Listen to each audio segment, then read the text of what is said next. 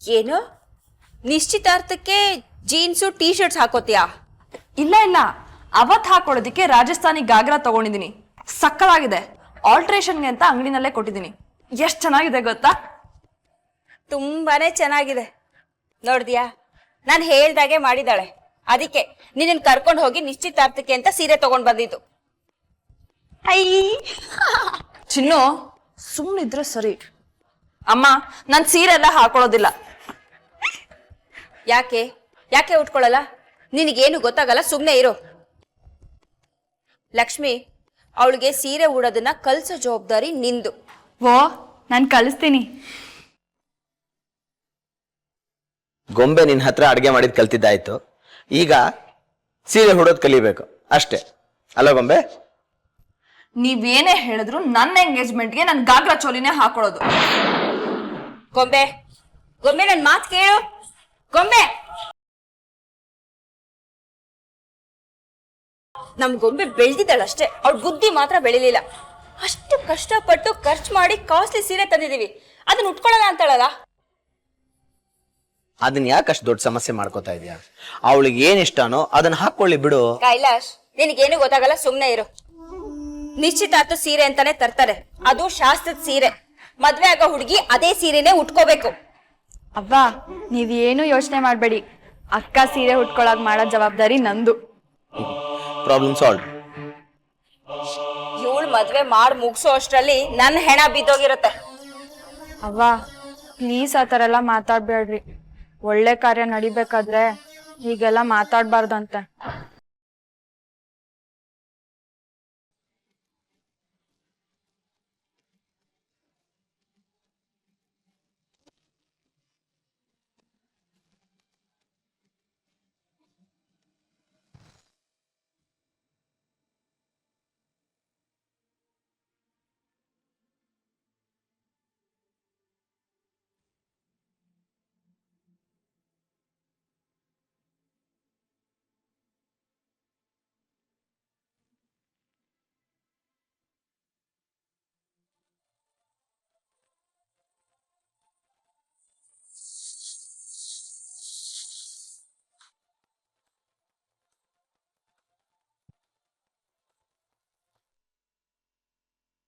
Hello ಬಾವಾ, ನಾನು ನಂಜುಂಡಿ.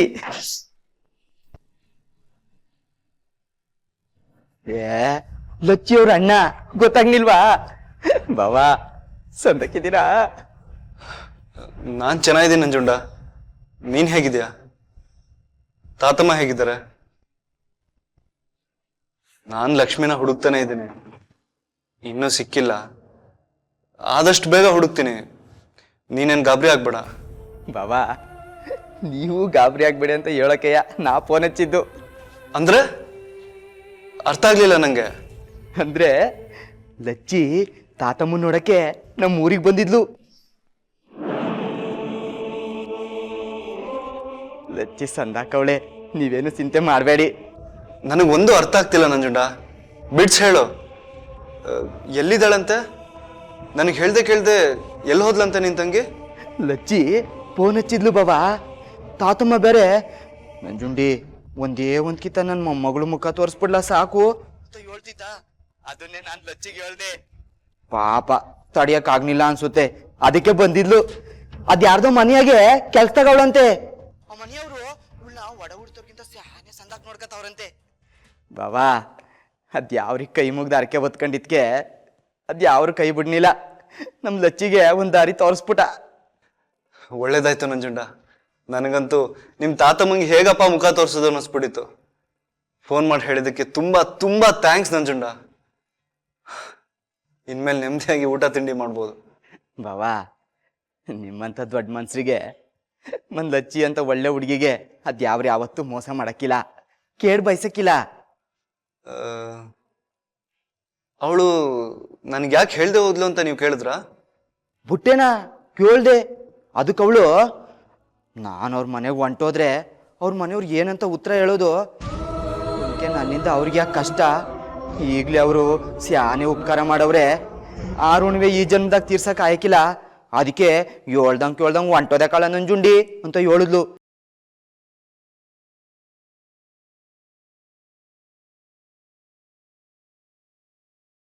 ವಾ ಅಷ್ಟ್ರಾಗೆ ನಮ್ಮ ಮಾವನುವೆ ನಮ್ಮ ಅವ್ವನುವೆ ನಮ್ಮ ಬಸವಣ್ಣನು ಬಂದ್ಬಿಟ್ಟು ಅವಳಿಗೆ ಅವಮಾನ ಮಾಡಿ ಒಂದು ತುತ್ತ ಅನ್ನನೂ ಕೊಡ್ದಂಗೆ ಅಟ್ಟಿಯಿಂದ ವಾರಿಕ್ ಹಾಕಿರು. ಅದೇ ಬೇಜಾರು ಬುಡಿ. ಅವ ಲಜ್ಜಿ ಎಲ್ಲೇ ಇದ್ರು ಹೆಂಗೆ ಇದ್ರು ಸಂದಕ್ಕಿರ್ತಾಳೆ. ನೀವೇನು ಸ್ಯಾನೆ ಚಿಂತೆ ಮಾಡಬೇಡಿ, ಅದ್ಯಾವ್ರು ನಿಮ್ಗೂ ಒಳ್ಳೇದು ಮಾಡ್ತಾನೆ. ಅವ ಇದನ್ನ ಹೇಳಕ್ಕೆ ಅಂತಲಿಯ ಫೋನ್ ಹಚ್ಚಿದ್ದು. ಫೋನ್ ಮಡಗ್ತೀನಿ.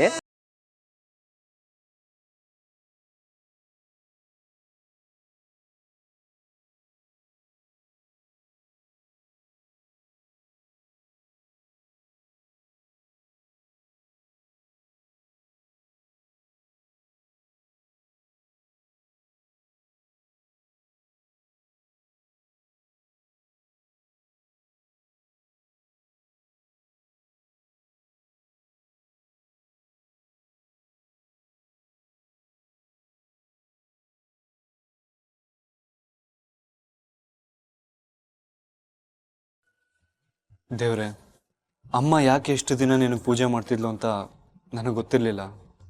ಅಮ್ಮನ ಬಲವಂತಕ್ಕೋ ಅಥವಾ ನನಗೆ ಗೊತ್ತಿಲ್ಲದೇನೋ ನಿನಗೆ ಕೈ ಮುಗಿಯೋಕ್ಕೆ ಶುರು ಮಾಡಿದೆ. ಅದ್ರ ಫಲ ಇವತ್ತು ನನ್ನ ಕಣ್ಮುಂದೆ ಇದೆ. ಲಚ್ಚಿ ಎಲ್ಲೋ ಸುಖವಾಗಿದ್ದಾಳೆ ಅಂತ ಗೊತ್ತಾಯ್ತು. ಅಷ್ಟು ಸಾಕು ನನಗೆ. ಥ್ಯಾಂಕ್ಸ್ ದೇವ್ರೆ. ಆಕಾಶದಿಂದ ಜಾರಿ ಭೂಮಿಗೆ ಬಂದ ನೋಡಿ ನಮಗಾಗಿ ಆ ದೇವನೇ. ಓಹ್, ಏನಪ್ಪ ಚಂದನ್, ನಿನ್ ಮುಖ ನೋಡಿದ್ರೆ ಏನೋ ಸಂತೋಷದ ವಿಷಯ ತಂದಾಗಿದೆ. ಈಗ ತಾನು ಫೋನ್ ಕಾಲ್ ಬಂದಿತ್ತು. ಯಾರು? ಮತ್ತೆ ಶ್ರುತಿ ಏನಾದರೂ ತಮಾಷೆ ಮಾಡೋದಕ್ಕೆ ಫೋನ್ ಮಾಡಿದ್ಲಾ? ಅಲ್ಲ, ಲಚ್ಚಿ ಅಣ್ಣ ನಂಜುಂಡ ಅಂತ ಹೇಳ್ತಿದ್ನಲ್ಲ ಅವನು. ಹೌದಾ? ಈಗ ಏನ್ ಮಾಡ್ತೀಯ ಚಂದನ್? ಪೂರ್ತಿ ಹೇಳೋದನ್ನ ಕೇಳು. ನಂಜುಂಡ ಕಾಲ್ ಮಾಡಿ ಹೇಳ್ದ, ಲಚ್ಚಿ ಆರಾಮಾಗಿದ್ದಾಳಂತೆ, ಸುಖವಾಗಿದ್ದಾಳಂತೆ. ಬಾವಾ, ನೀವೇನು ಯೋಚನೆ ಮಾಡ್ಬೇಡಿ ಅಂತ ಹೇಳ್ದ. ತಲೆ ಮೇಲೆ ಇದ್ದಂತ ಬೆಟ್ಟದಂತ ಭಾರ ಮಂಜಿನಂತೆ ಕರಗಿ ನೀರಾಗಿ ಹೋಯ್ತು. ಇನ್ಮೇಲೆ ಯಾವ್ದ್ರ ಬಗ್ಗೆನೂ ಯೋಚನೆ ಮಾಡೋ ಅವಶ್ಯಕತೆನೇ ಇಲ್ಲ ನನಗೆ. ಎಂತ ಸಂತೋಷದ ಸುದ್ದಿ ಹೇಳಿಯೋ ಚಂದನ್. ನನಗಂತೂ ಈಗ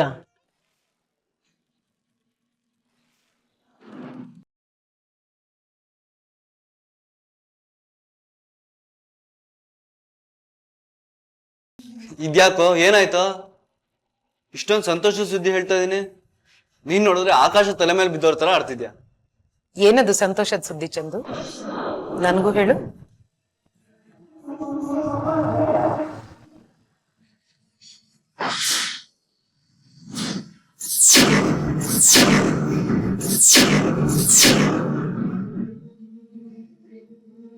ಅದೇನಿಲ್ಲಮ್ಮ. ನೀನ್ ಹೇಳು ರಾಮು.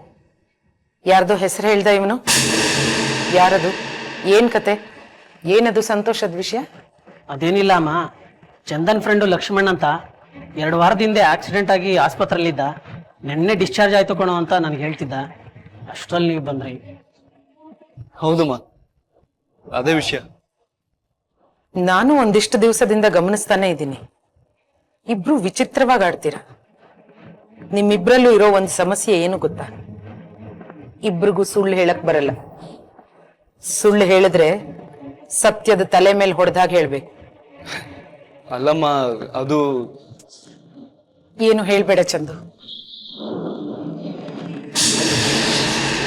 ನೀನೇನಾದ್ರೂ ಹೇಳಿದ್ರೆ ಮತ್ತೆ ಸುಳ್ಳೇ ಹೇಳ್ತೀಯ. ನನಗ್ ನನ್ನ ಮಗ ನನ್ನ ಹತ್ರ ಸುಳ್ಳು ಹೇಳಿದ್ರೆ ಸ್ವಲ್ಪನೂ ಇಷ್ಟ ಆಗಲ್ಲ.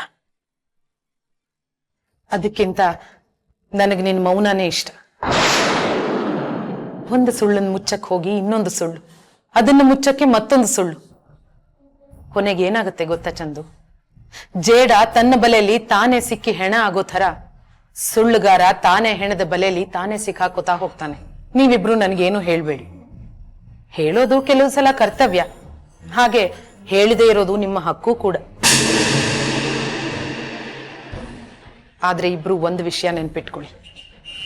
ಸತ್ಯ ಬೆಳಕಿನ ಹಾಗೆ. ಎಂಥ ಕತ್ಲೆಗೂ ಬೆಳಕನ್ನ ಬಂಧಿಸಿಡೋದಕ್ಕೆ ಆಗೋದಿಲ್ಲ. ಅದು ಹೊರಕ್ಕೆ ಬರಲೇಬೇಕು.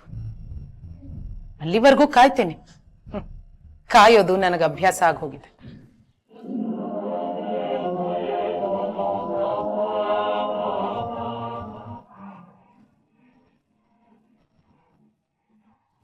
ರಾಮು, ನಿನ್ನ ಕೆಲಸ ಆದಮೇಲೆ ನಮ್ಮ ರೂಮಿಗೆ ಬಾ. ಸರಿ.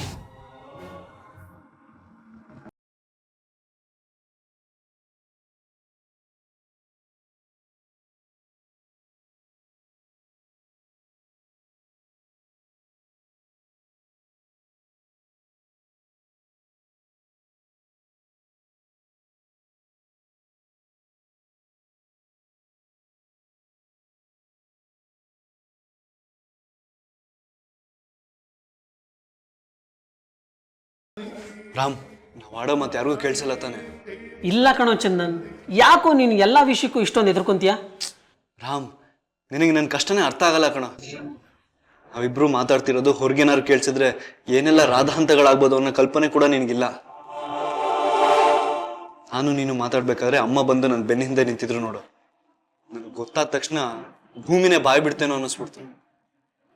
ನನ್ಗೆ ಇನ್ನೂ ಒಂದು ಡೌಟ್ ಇದೆ, ಅಮ್ಮ ಏನಾದರೂ ಕೇಳಿಸ್ಕೊಂಡಿದಾರ ನಾವಿಬ್ರು ಮಾತಾಡ್ತಿದ್ದು? ಇಲ್ಲ ಚಂದನ್, ಅವ್ರು ಬರೋಷ್ಟರಲ್ಲಿ ನೀನು ಆಲ್ರೆಡಿ ಮಾತು ಮುಗಿಸಿದ್ದೆ. ಅಷ್ಟಕ್ಕೂ ನಾನು ನಿನ್ನ ಸ್ನೇಹಿತನಿಗೆ ಹುಷಾರಿಲ್ಲ ಅಂತ ಕತೆ ಕಟ್ಟಿ ಸುಮ್ಮನಾಗಿಸದ್ನಲ್ಲಪ್ಪ. ನೀ ಹೇಳಿದ ಕಟ್ಕತೆ ಅಂತ ಅಮ್ಮಂಗೆ ಅವಾಗಲೇ ಗೊತ್ತಾಯ್ತು. ಅದಕ್ಕೆ ಅಮ್ಮ ಹೇಳಿದ್ದು ನಮ್ಮಿಬ್ರಿಗೂ ಸುಳ್ಳು ಹೇಳಕ್ ಬರಲ್ಲ ಅಂತ. ಆ ಭಯಕ್ಕೆ ಕೇಳಿದ್ದು, ಹೊರಗಡೆ ಯಾರಿಗಾದ್ರೂ ಕೇಳಿಸುತ್ತಾ ಏನು ಅಂತ. ನೀನೇನು ಯೋಚನೆ ಮಾಡಬೇಡಪ್ಪ, ಎಲ್ಲ ಎರಡೆರಡು ಸರಿ ಚೆಕ್ ಮಾಡ್ಕೊಂಡ್ ಬಂದಿದ್ದೀನಿ. ಈಗ ನೀನೇನೇ ಹೇಳೋದಿದ್ರು ಧೈರ್ಯವಾಗಿ ಹೇಳ್ಬೋದು. ಹೇಳು ಚಂದನ್. ಲಚ್ಚಣ್ಣ ನಂಜುಂಡಿ ಕಾಲ್ ಮಾಡಿದ್ದ. ಏನು ಹೆದರ್ಕೋಬೇಡಿ ಭಾವ, ನನ್ನ ತಂಗಿ ಸಂತೋಷವಾಗಿದ್ದಾಳೆ, ಎಲ್ಲೋ ಕೆಲಸ ಮಾಡ್ಕೊಂಡು ಆರಾಮಾಗಿದ್ದಾಳೆ, ಸಮಾಧಾನವಾಗಿದ್ದಾಳೆ ಅಂತ ಹೇಳ್ದ. ಲಚ್ಚಿ ತಪ್ಪಿಸ್ಕೊಂಡು ಹೋದಾಗಿಂದ ನನ್ನ ಜೀವನನೇ ಧ್ವಂಸ ಆಗ್ಬಿಟ್ಟಿತ್ತು ರಾಮ್. ಈಗ ಸಮಾಧಾನ ಮಾಡು, ಇನ್ಯಾವತ್ತೂ ಈ ರೀತಿ ತಪ್ಪು ಮಾಡಲ್ಲಪ್ಪ. ಬೀಸೋ ದೊಣ್ಣೆಯಿಂದ ತಪ್ಪಿಸ್ಕೊಂಡ್ರೆ 1000 ವರ್ಷ ಆಯ್ಸು ಅಂತಾರೆ. ನೀನು ಇಷ್ಟು ದಿನ ಪಡ್ತಾ ಇದ್ದಿದ್ದ ಕಷ್ಟನ ನನ್ನ ಕೈಲಿ ನೋಡೋಕ್ಕಾಗ್ತಿರ್ಲಿಲ್ಲ. ನಿನ್ನ ಕಷ್ಟನೇ ಅಲ್ಲ, ಅಜ್ಜಿ ಅಮ್ಮ ಅವ್ರಗಳ ಕಷ್ಟನೂ ನೋಡೋಕ್ಕಾಗ್ತಿರ್ಲಿಲ್ಲ ಚಂದನ್.